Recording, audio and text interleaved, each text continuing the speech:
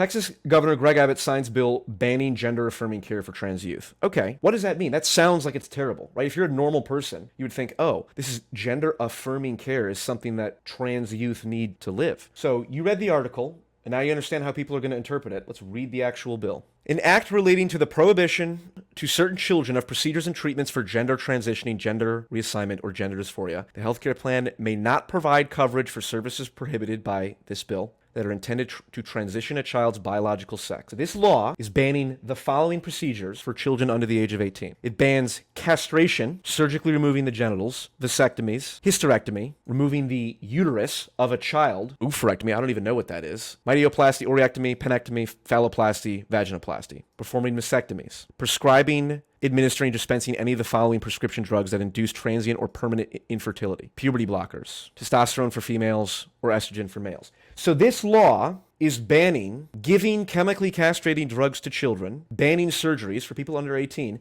It's not for people who are over 18. It's only children. And people are saying this is anti-trans legislation. To be clear, I support this legislation. I support it precisely because it doesn't ban anything for adults. Because if it did ban stuff for adults, then that would be a problem. But it's not. It protects children. And it is so obvious that there are things that are fundamentally, categorically different for adults and children. If there was a law that said it's illegal for 18-year-olds and older to engage in sex with someone who is more than 10 years older than them, we want to protect people from engaging in sexual relationships that maybe have power dynamics. No. That's crazy. You can't restrict the right of an 18, 19-year-old to be able to have sex with whoever they want. However, you should absolutely restrict the right. It's not a right. You should actually restrict the ability of a 17-year-old or younger to have sex with whoever they want. It is a categorical difference between adults and children. And this law protects children and prevents surgery on children. Restrictive anti-trans law is set to go into effect September 1st. The law that prevents children from getting their breasts surgically removed, among other things. So that's the kind of propaganda that's out there. And so every time you hear anti-trans law, here is the text that says if you're under 18, these should be illegal. And I think if you disagree with this, you're twisted.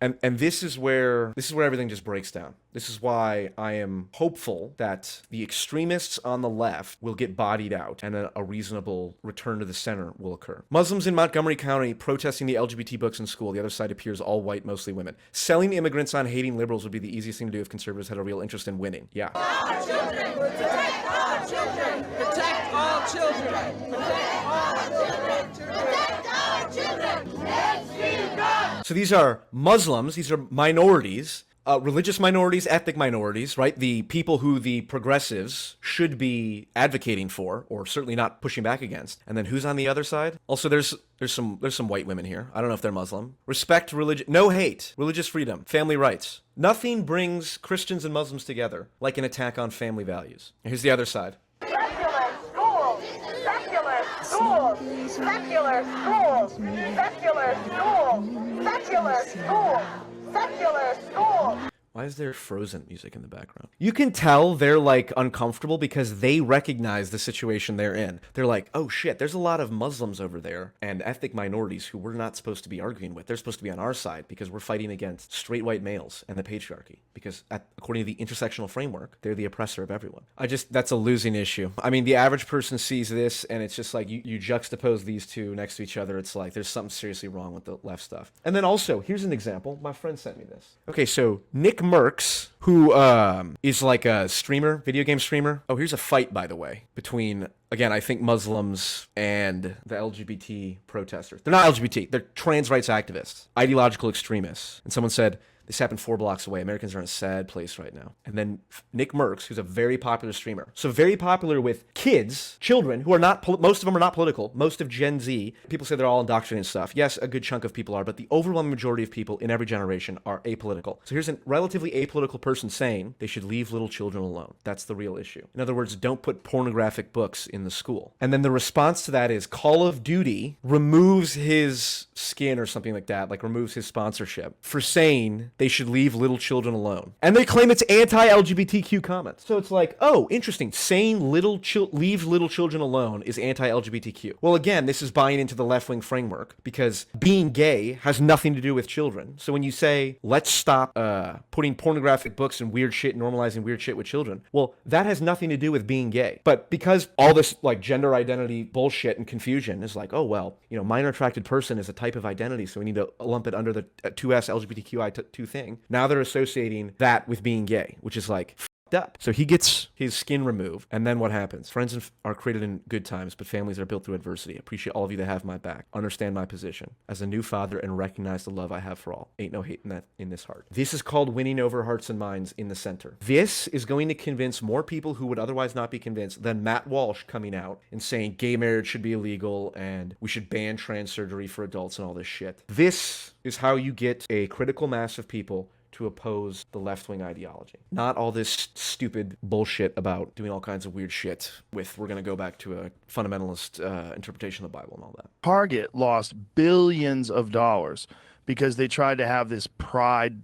selection. Oh yeah, gay mannequins. Yeah, they had all these like pride children's shirts and gay children. Yeah, and then obviously the Bud Light thing with Dylan Mulvaney. They've lost $20+ billion.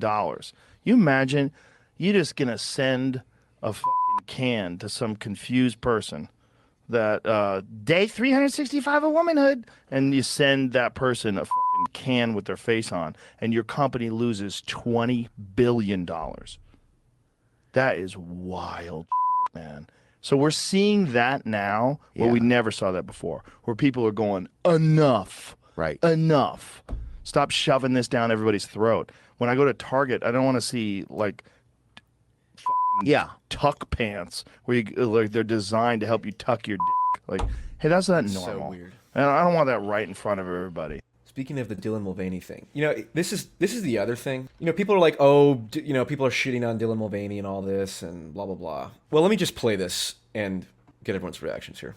Hi. Impressive carrying skills, right? I got some Bud Lights for us. So, I kept hearing about this thing called March Madness, and I thought we were all just having a hectic month, but it turns out it has something to do with sports. And I'm not sure exactly which sport, but either way, it's a cause to celebrate. This month, I celebrated my day 365 of womanhood, and Bud Light sent me possibly the best gift ever, a can with my face on it. Check out my Instagram story to see how you can enjoy March Madness with Bud Light and maybe win some money too. Love ya! Cheers! Go team! Whatever team you love, I love too. Okay. This is the definition of mocking the shit out of women. Just having a hectic month, but it turns out it has something to do with sports.